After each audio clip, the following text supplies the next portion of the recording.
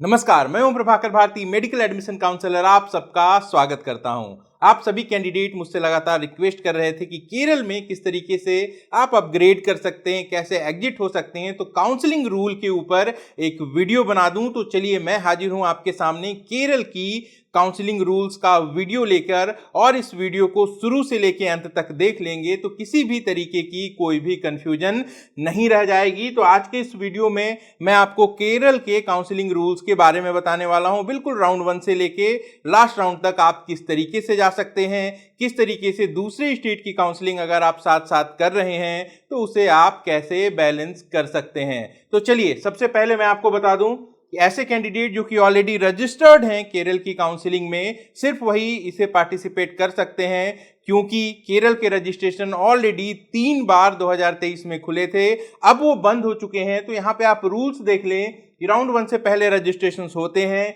इसके बाद round 2 mop up round या फिर स्टे राउंड में आप फ्रेश रजिस्ट्रेशन नहीं कर सकते।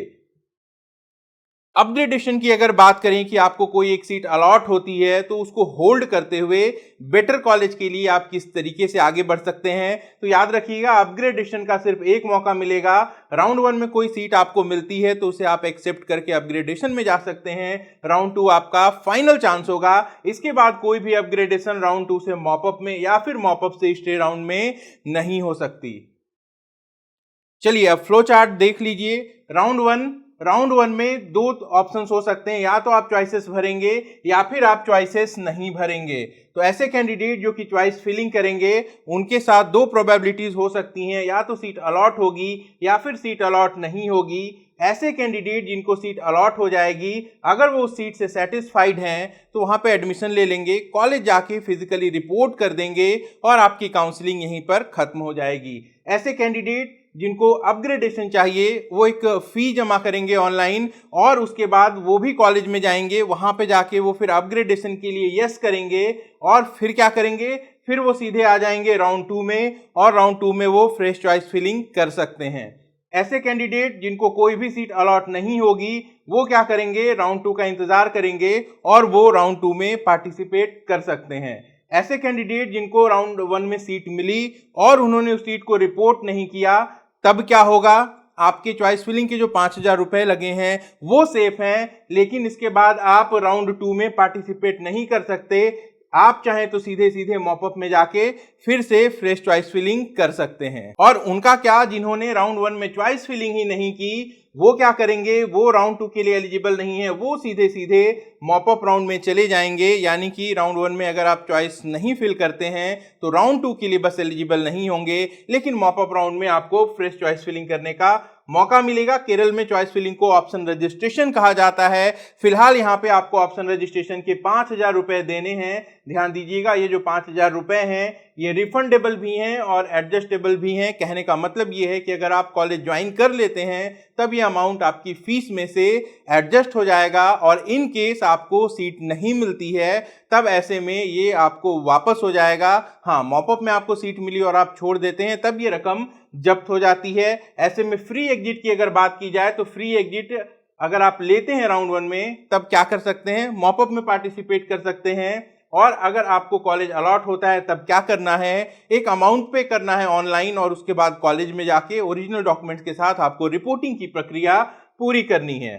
राउंड 2 देख लेते हैं।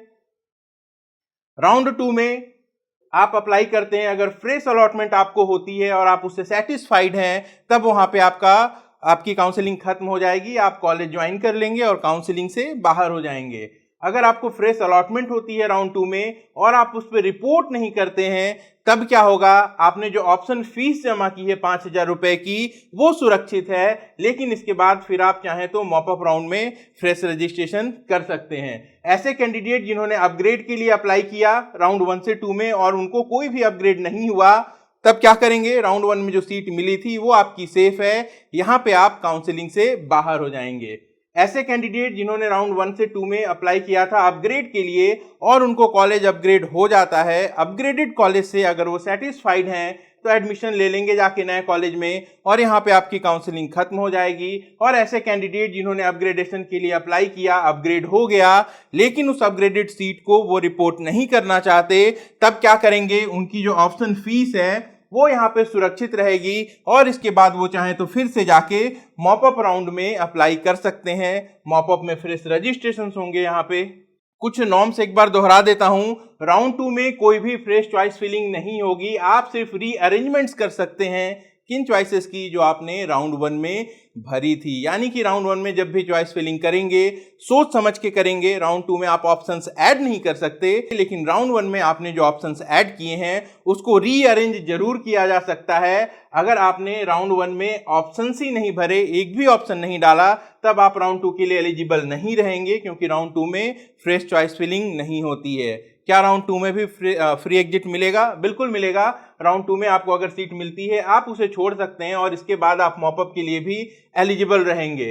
अपग्रेडेशन की अगर आपको ज़रूरत है, सपोज राउंड 1 में आपने 16 ऑप्शंस भरे थे और उसमें से 10वें नंबर का कॉलेज आपको मिल चुका है, तब राउंड 2 में आपको क्या करना है, 10th के नीचे के जितने ऑप्शंस हैं उनको चाहे तो आप डिलीट कर सकते हैं और 10th के ऊपर भी वैसे कॉलेजेस जो आपको अब नहीं चाहिए आप उनको भी डिलीट कर सकते हैं। आगे बढ़ते हैं, बात कर लेते हैं मॉपअप राउंड की। तो मॉपअप राउंड में जैसा मैंने बताया फ्रेश चॉइस फिलिंग होगी। अगर आपको फ्रेश अलॉटमेंट होती है, आप जाके वहां एडमिशन ले लेते हैं तो आपकी काउंसलिंग यहाँ पे खत्म हो जाती है।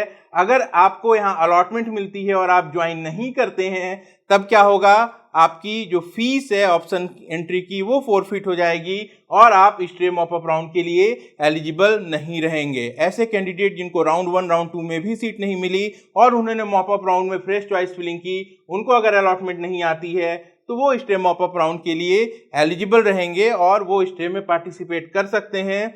बात करें मॉपअप राउंड के नॉर्म्स के बारे में, तो जैसा मैंने बताया यहाँ पे फ्रेश ऑप्शन एंट्री होगी और ऐसे कैंडिडेट जो कि राउंड 1 या फिर राउंड 2 में एग्जिट ले चुके थे, या तो आपको सीट मिली आपने रिपोर्ट नहीं की, या तो आप 1 से 2 में अपग्रेड होके आए और वहां से आप एग्जिट हो गए, या फिर आपने ज्वाइनिंग के बाद रिजाइन किया है, वो भी एलिजिबल है मॉपअप राउंड के लिए।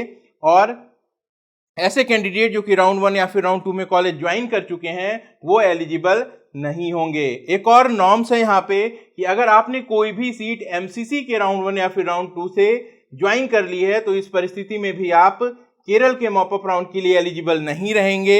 इसके साथ साथ यहाँ पे यह बात भी लिखी गई है ब्रोशर में कि अगर आपको कोई सीट अलॉट होती है एमसीसी के मॉपअप राउंड में तो भी आप एलिजिबल नहीं रहेंगे।